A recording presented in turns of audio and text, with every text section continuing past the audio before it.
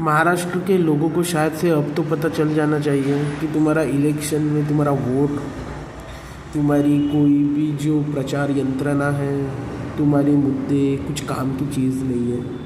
ये बेसिकली हो रहा है बहुत पहले से। ये एमपी छत्तीसगढ़ से चालू हो गया था और ये अभी भी चल रहा है। इसका सबसे पहला जो इस्तेमाल किया गया वो गुजरात के इलेक्शन में किया गया, जब गुजरात में कोई भी लहर नहीं थी बीजेपी के लिए। बीजेपी के 150 सीटें आ गई क्योंकि वहाँ पे वोट चोरी बड़ी शानदार तरीके से हुई थी। उसके बाद में वो वोट चोरी होती गई। अपोजिशन लड़ा नहीं, राहुल गांधी अकेला लड़ता है, ये बाकी के चोपटे घर में बैठे रहते हैं। इनके जो चोर नेते हैं उनको इलेक्शन में खड़ा ही रहना होता है। जनता वोट देने के लिए जाती है, लेकिन उनकी वोटिंग लिस्ट में नाम नहीं होते हैं। इनके जो लोग रहते हैं इलेक्शन कमीशन के, वो यहाँ वहाँ भटकाते हैं, लोगों का इंटरेस्ट चला जाता है वोट देने से। इनकी जो इलेक्शन की इंक है वो निकल जाती है। बीजेपी के सपोर्टर लोग जिन्होंने राम मंदिर के लिए जो चंदा दिया था, उनके डबल ट्रिपल चौबल नाम आ जाते हैं। ये अपनी इलेक्शन की इंक मिटा के वहाँ पे वोट कर देते हैं। कहीं तो भी फ़ोटो नहीं है वोटर लिस्ट पे, लोगों के फ़ोटो पूरे के पूरे ब्लर्ड फ़ोटो, बाहर के लोग आके इलेक्शन में वोट कर देते हैं। पैसा कितना बटता है, अपोजिशन के पास पैसा नहीं, बीजेपी के पास पैसा ही पैसा। बीजेपी के पास पुलिस, बीजेपी के पास इलेक्शन मशीनरी, बीजेपी के पास कॉरपोरेट।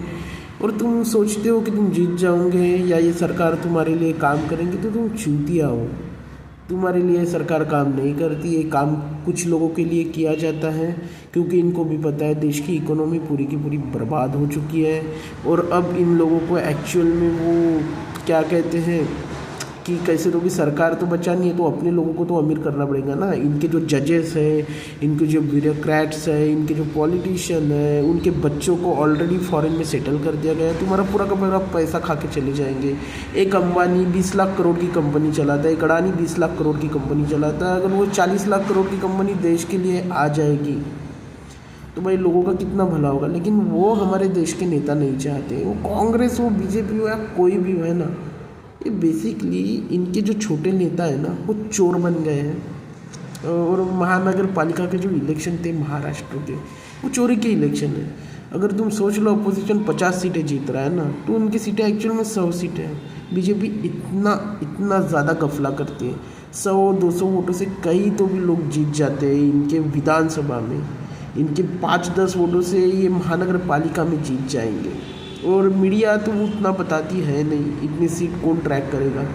और बस यही गफला चलता रहता है। इसलिए बॉयकॉट इलेक्शन करो, कॉरपोरेट को बॉयकॉट करो, इंडियन इकोनॉमी को बॉयकॉट करो। Otherwise there is no